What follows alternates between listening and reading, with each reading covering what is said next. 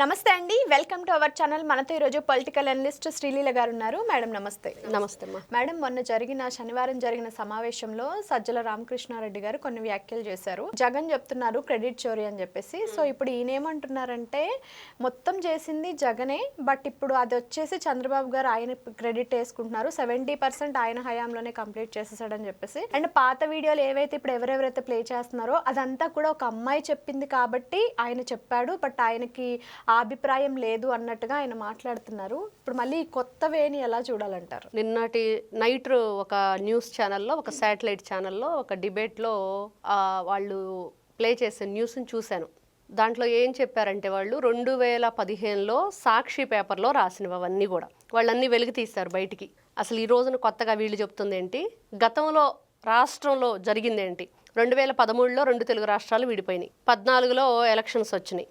14లో election వచ్చినప్పుడు నారా చంద్రబాబు నాయుడు గారు మరి 2 తెలుగు రాష్ట్రాలకు ఆయనే ముఖ్యమంత్రిగా ఉన్నారు. విడిపోయిన తర్వాత మరి ఆయనే ఆ రోజున దానికి ముఖ్యమంత్రిగా ఉండటం, కనీసం సీఎం ఆఫీస్ కూడా లేకుండా చెట్టు కింద బస్సులో ఉండి ఆ రోజున ఏం చేయాలి, ఎలా ఇక్కడ నిర్మాణాలు కొనసాగించాలి, ఏ విధంగా ఈ రోజున ఆంధ్రప్రదేశ్ దిక్కుతోచని పరిస్థితి. ఆ రోజున చూసాం కదా ఎలా ఉందో. అందరం కూడా చాలా బాధపడ్డాం. ఇదేంటి అంత చక్కగా కలిసి ఉన్నప్పుడు ఇవన్నీ కూడా బయట వంట చేయటాలు, ఆరు బయట ఇవన్నీ సినిమాలు ఆగిపోయినాయి. ఎక్కడ కూడా ఈ సినిమా హాల్ క్లోజ్ చేసేసారు. దేనికి కూడా మొత్తం గందరగోళంగా ఆత్మాహుతి దళాలు తయారైపోయినాయి. ఎక్కడికక్కడే స్టూడెంట్స్ అన్యాయంగా మధ్యలో బలైపోయారు. తెలంగాణలో నా తెలంగాణ అంటూ కేసీఆర్ చేసిన ఒక పనికి చాలా ఇబ్బంది పడ్డాం. వాటెవర్ అదంతా అయిపోయిన తర్వాత మన తెలుగు రాష్ట్రంకి వచ్చేటప్పటికి ఆంధ్రప్రదేశ్కి ఆ రోజున ఏం జరిగింది అంటే అందరికీ తెలిసిన విషయం. ఒక తల్లి లేని బిడ్డ ఎలా అయిపోయిద్దో ఆంధ్రప్రదేశ్ ఆ రోజున పరిస్థితి. ఎక్కడ ఎవరు హక్కున చేర్చుకున్నారు, పునాది కాదు పునర్నిర్మాణం అన్నట్లుగా ఆ రోజున నారా చంద్రబాబు నాయుడు గారు పూనుకోవటం, మరి అమరావతిని ఏ విధంగా నిర్మించాలనుకోవటం, తర్వాత ఎక్కడెక్కడ రాష్ట్రంలో నలుమూలలు కూడా ఏ విధంగా డెవలప్ చేయాలి, ఎక్కడెక్కడ ఎక్కువ భూముల్ని మనం ప్రభుత్వానికి తీసుకోవచ్చు రైతులను ఒప్పించి, అలా తీసుకోవటం వల్ల అక్కడ అనుకూలమైన నిర్మాణాలు ఏం చేయొచ్చు అనే ఒక ప్రణాళిక ఆయన గురించి అందరికీ తెలుసు. బాబు గారు అంటేనే ఒక విజనరీ లీడర్, ఏపీ బ్రాండ్, ఒక సైబరాబాద్ సృష్టికర్త. అంత గొప్ప నాయకుడిని ఇంకా ముందు ముందు మనం చూడలేమేమో అనే ఒక్కొక్కసారి బాధేస్తుంది. అంత విజనరీ లీడర్ ఆయన. మరి అంత గొప్ప సృష్టికర్తగా ఆయన ముందుకు తీసుకెళ్తూ రాష్ట్రాన్ని ఎన్నో రకాలుగా కంపెనీలు తీసుకురావటం, ఏ విధంగా మనం ఇక్కడ అభివృద్ధి పెంచాలి అనే ఆలోచనలతో ముందుకు వెళ్తుంటే వైఎస్ఆర్సీపీ పార్టీ సాక్షి ఛానల్ నిరంతరం విషం క్రక్కుతూనే ఉన్నారు. ఈ రోజున కొత్తగా ఏ అల్లాయమ్మో పుల్లాయమ్మో మాట్లాడిన మాటలు కాదు. ఈ సజ్జల రామకృష్ణారెడ్డి సిగ్గు లజ్జ వదిలేసి ఈ రోజున మాట్లాడుతున్న మాటలకి ఏం చెయ్యాలి, ఏ చెప్పుతో కొట్టాలి కూడా అర్థం కావట్లేదు. అంత నీచంగా మాట్లాడాడు. ఇంకా ముందు ముందు ఈయన గురించి మాట్లాడుకోవాల్సినవి మనం కొన్ని ఉన్నాయి. ఏదైతే ఈ భోగాపురం ఎయిర్పోర్ట్ గురించి సాక్షి ఛానల్లో రాసినవన్నీ కూడా నిన్నట ఆ డిబేట్లో నేను చూశాను. అవన్నీ కూడా విన్న తర్వాత ఓహో వీళ్ళు ఆ రోజుల నుంచే మరి పూర్తి వివరాలు ఎక్కడికక్కడే ఒక సల్లి సాధిధ్యం అంటారు చూసారా, ఆ సాధిధ్యాన్ని వహిస్తూ వచ్చారు. వెనకాలండి వెనక్కి లాగటం, మీరు ఏం చేయలేరు, ఇదంతా వేస్టు, ఇక్కడేం ఉపయోగం లేదు, ఎవరికి ఉపయోగం, ఎర్ర బస్సే లేకుండా ఎయిర్ బస్ ఎందుకు అంటే ఒక ఎయిర్పోర్ట్ని చూస్తున్నావు, దాంతోపాటు ఎన్ని రకాలుగా అక్కడ అభివృద్ధి జరిగిద్దని చూడలేకపోతున్నాడు జగన్మోహన్ రెడ్డి.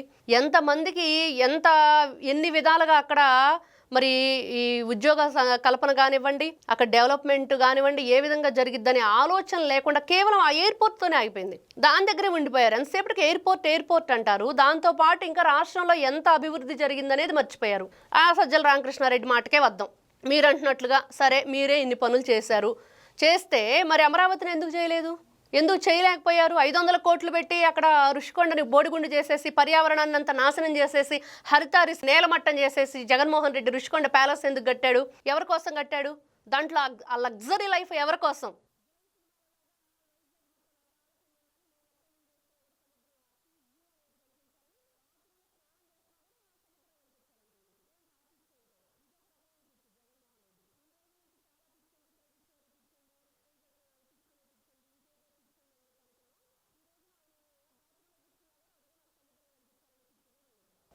ఇంత దుర్మార్గమైన ఆలోచనలన్నీ మీరు చేసి, అవినీతికి కేర్ ఆఫ్ అడ్రస్గా మీరు మారి, ఇప్పటికి కూడా కొంచెమన్నా సిగ్గు అనేది లేకుండా సజ్జల రామకృష్ణారెడ్డి చేస్తున్న వ్యాఖ్యలను ఎలా చూడాలి? ఏ ఉద్దేశంతో వాళ్ళు మాట్లాడుతున్నారు అంటే గతంలో ఏదో మా పేపర్లో మేము రాసుకున్నాం అనుకో, మా ఛానల్లో మేము చెప్పామనుకో, అవన్నీ మర్చిపోయి ఉంటారులే, ఎప్పుడో 2015, ఇప్పుడు కాదు కదా, ఎప్పుడో 10-11 సంవత్సరాల క్రితం, ఇప్పుడు గుర్తుండిద్దా అని అనుకుంటున్నారేమో. ఇట్లా గూగుల్లో కొడితే అట్లా వచ్చిద్దని, ఏదో మహేష్ బాబు సినిమాలో డైలాగ్ లాగా ఇట్లా కొడితే అట్లా అన్నీ వచ్చేస్తున్నాయి. మీ బ్రతుకు బండారం అంతా, మీరు చేసిన చీకటి వ్యాపారం అంతా బయటకు వస్తుంది. ఈ రోజున భోగాపురం ఎయిర్పోర్ట్ ఒక్కటే కాదు, మీరు గతంలో మరి నందమూరి తారక రామారావు గారిది ఆ పేరున్న మెడికల్ కాలేజ్ ఎందుకు పేరు మార్చేశారు? అన్ని కార్యాలయాలకి వీటికి వీళ్ళ రంగులు ఎందుకు వేసుకున్నారు? అస్సలు ప్రభుత్వ ఆఫీసుల్ని తాకట్టు పెట్టిన ఘనత సీఎం జగన్మోహన్ రెడ్డిది. ఆ రోజున కొన్ని 25,000 కోట్ల రూపాయలకు తాకట్టు పెట్టాడు. ఎందుకు పెట్టాడు చెప్పానండి? ఈ రోజున ఎయిర్పోర్ట్ తెచ్చాను, గడిది గుడ్డు తెచ్చాను, బందర్ లడ్డు తెచ్చాను అంటున్నావు, అవన్నీ వదిలేసి పక్కన పెట్టు. నువ్వు ఆ రోజున కానీ చివరికి మద్య షాపులు కూడా తాకట్టు పెట్టాడు కదా జగన్మోహన్ రెడ్డి. ఎంతసేపటికి జగన్మోహన్ రెడ్డి చేసిందంతా అప్పుల కుప్పగా ఆంధ్రప్రదేశ్ని మార్చటం, ఇక్కడ అన్నీ తాకట్టు పెట్టి అప్పులు తీసుకొచ్చి ఈయన ప్యాలెస్లు కట్టుకోవటం, రంగులు వేయటానికి కోట్లు, తీయటానికి 1000 కోట్లు, అదేవిధంగా గట్టు మీద చేలగట్ల మీద రాళ్ళు మీద బొమ్మలు వేయించుకోవడానికి కూడా, జగన్మోహన్ రెడ్డి బొమ్మ వేయించుకోవడానికి కూడా 100 కోట్ల రూపాయలు. ఇలా చెప్పుకుంటూ వెళితే రాష్ట్రాన్ని సర్వనాశనం చేసిన ఘనత మాత్రం మీకే దక్కిద్ది. ఆ క్రెడిట్ అంతా జగన్మోహన్ రెడ్డిదే దక్కిద్ది. ఎందుకంటే సజ్జల రామకృష్ణారెడ్డి ఆ రోజున సకల శాఖల్ని మేనేజ్ చేసిన వ్యక్తి కదా. మరి ఈయనకి కొంచెం కూడా బుద్ధి, ఆ బుర్రలో గుజ్జు అనేది లేదా? మొత్తం జగన్మోహన్ రెడ్డి లాగేసుకున్నాడా లేకపోతే అసలు లేదా?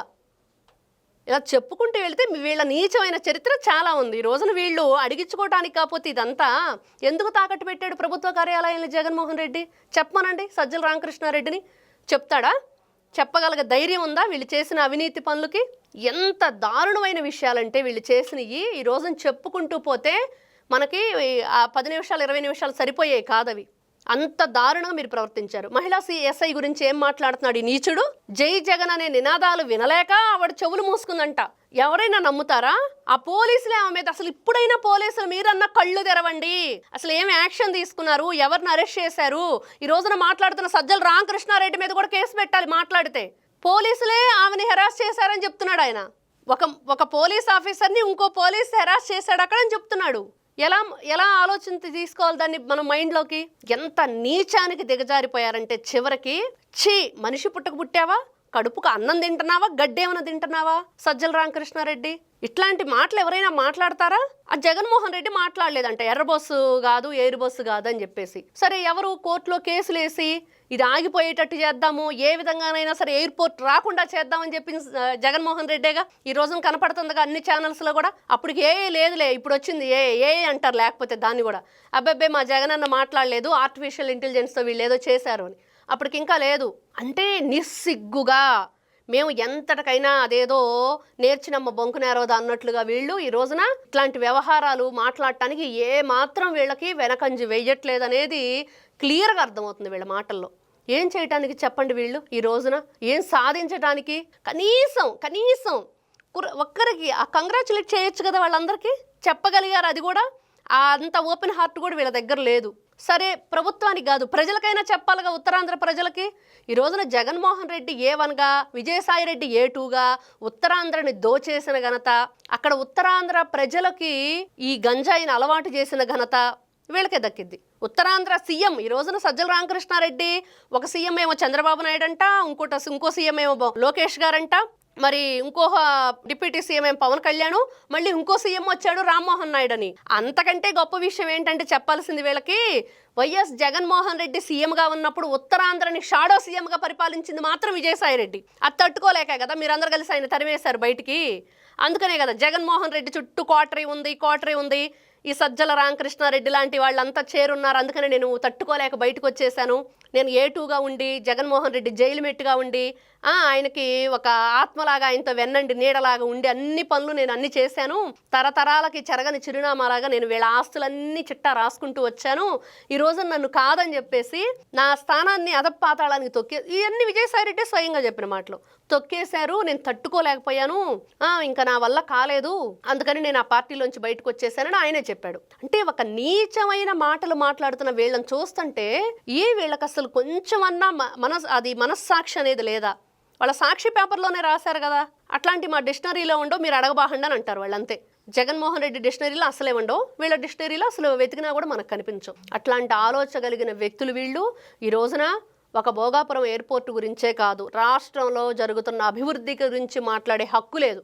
రేపు అమరావతి పూర్తయితే నాదేనని వస్తాడు, పోలవరం పూర్తయినా నాదేనని వస్తాడు. ప్రతి ఒక్కటి జగన్మోహన్ రెడ్డి తనదంటూ నేనున్నాను అనే ఒక దాన్ని చూపించుకునే ప్రయత్నం చేస్తున్నప్పుడు మేమందరం చెప్తున్నాం, మీకు ఆ హక్కు లేదు, అర్హత లేదు. ఎందుకంటే రాష్ట్రంలో మీరు అధికారంలో ఉన్నప్పుడు మీరు చేసిన నీచమైన పరిపాలన చూసిన తర్వాత మహిళల్ని సైతం వదిలిపెట్టకుండా ఫేస్బుక్లో పోస్టులు, సోషల్ మీడియాలో నీచంగా వాళ్ళ గురించి కామెంట్లు, వాళ్ళ ఫోటోలను సైతం తీసి మీరు ఏ విధంగా, నిన్న కూడా చూసాం కదా ఎక్కడో ఆ మహిళ చీరంతా జింపేసి నైటీ అంతా లాగేసి ఎంత దుర్మార్గానికి వైఎస్ఆర్సీపీ పార్టీ ఎమ్మెల్యే పాల్పడ్డాడో విరూపాక్షి. ఏంటి అంత దౌర్భాగ్యమైన పరిస్థితి? ఎస్సీ ఎస్టీల మీద మీరు ఇదేనా జగన్మోహన్ రెడ్డి చెప్పింది, నా ఎస్సీలు, నా ఎస్టీలు, నా మైనార్టీలని?